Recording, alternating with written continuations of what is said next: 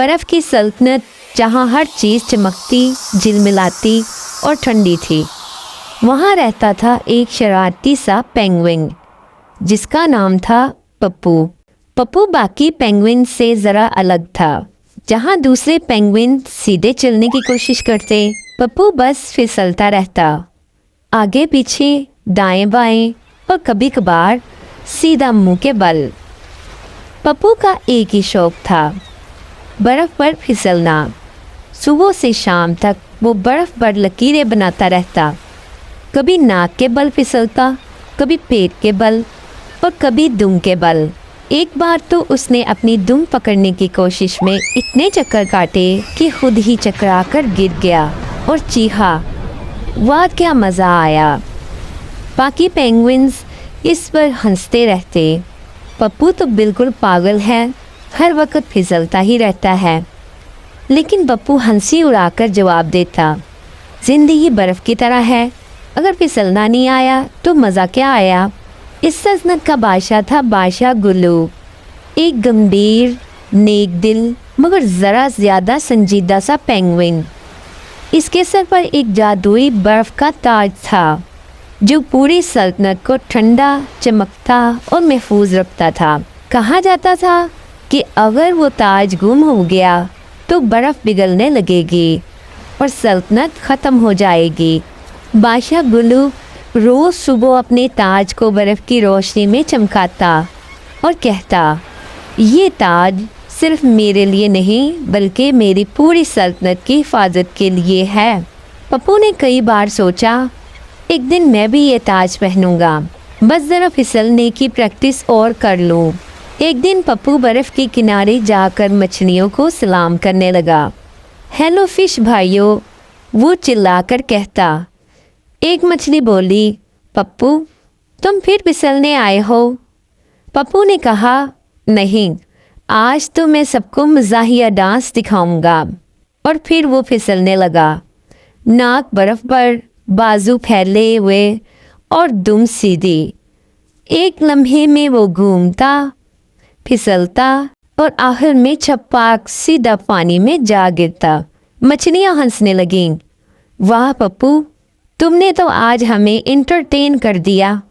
पप्पू खुशी से बोला, हंसी सबसे अच्छी सर्दी की दवा है। अगले दिन हवा में कुछ अजीब सी खामोशी थी। बादशाह गुल्लू के महल से ऐलान हुआ, तवज्जो तवज्जो, बादशाह का बर्फ़ का ताज गुम हो गया है। पूरी सल्तनत हड़बड़ा गई, बर्फ़ की चमक मान पड़ गई, हवाएं गर्म महसूस होने लगीं और बर्फ़ के छोटे छोटे टीले पिघलने लगे। बादशाह गुल्लू गमगीन आवाज़ में बोला, जिसने भी मेरा ताज ढूंढा इसे सल्तनत का सबसे बड़ा इनाम मिलेगा।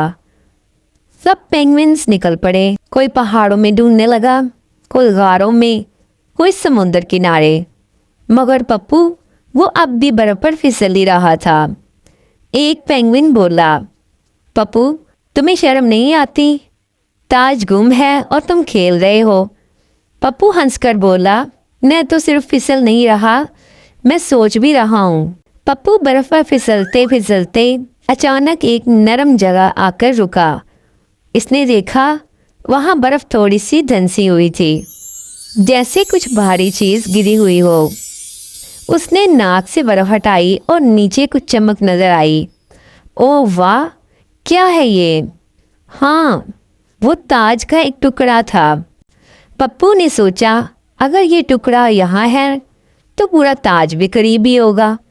वो फिसलता गया, नाक बर्फ़ पर, दुम पीछे, बिल्कुल एक तीर की तरह। एक मोड़ पर बर्फ़ की नदी थी, बहुत फिसलती, बहुत ख़तरनाक। किसी पेंगुइन ने वहाँ जाने की हिम्मत ना की थी। मगर पप्पू ने कहा, फिसलने में मेरा कोई सानी नहीं, और वो पूरी रफ्तार से नदी पर कूद गया। कभी बाएं फिसलता, कभी दाएं, कभी हवा में उल्टा होता। आखिरकार वो एक बड़े बर्फानी गार के दहाने पर जा रुका। गार के अंदर अंधेरा था। पप्पू ने अपनी चमकदार चोंच से रोशनी की। सामने कुछ बर्फ के चमकते ज़रात और बीच में बादशाह का पूरा बर्फ का ताज। पप्पू खुशी से चीखा, वाह, मैंने ढूंढ लिया। मगर जैसे ही वो ताज के करीब गया, नीचे से बर्फ टूटी। वो फिसलकर नीचे गहराई में गिरने लगा था। ताज भी इसके साथ फिसलने लगा। पप्पू ने दोनों बाजू खिलाए और ताज को बचाने की कोशिश की।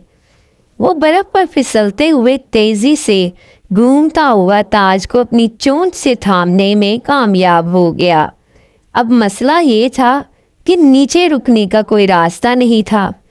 इसने चीखकर कहा, ए बर्फ, जरा नरमी से लैंड करो। और आखिर में वो एक बर्फानी तकिए पर जा गिरा ताज के साथ। जब पप्पू वापस महल पहुंचा तो सबके मुंह खुले के खुले रह गए। वो चमकता हुआ ताज चोंच में दबाए बर्फ पर फिसलता हुआ बादशाह के कदमों में आ रुका। हाजिर है जनाब, ताज अपनी जगह वापस। बादशाह गुलू हैरान रह गया। पप्पू, तुमने ये कैसे कर दिखाया?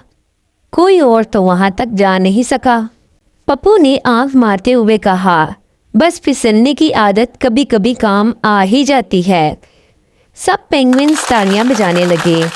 बादशाह ने हंसते हुए ताज सर पर रखा और कहा, पप्पू, तुम सिर्फ शरारती नहीं, तुम बहादुर, होशियार और दिलेर भी हो। फिर इसने ऐलान किया, आज से पप्पू को हम हीरो पेंगुइन कहेंगे। पप्पू के अजाज में जश्न हुआ। मछलियां रक्स कर रही थी।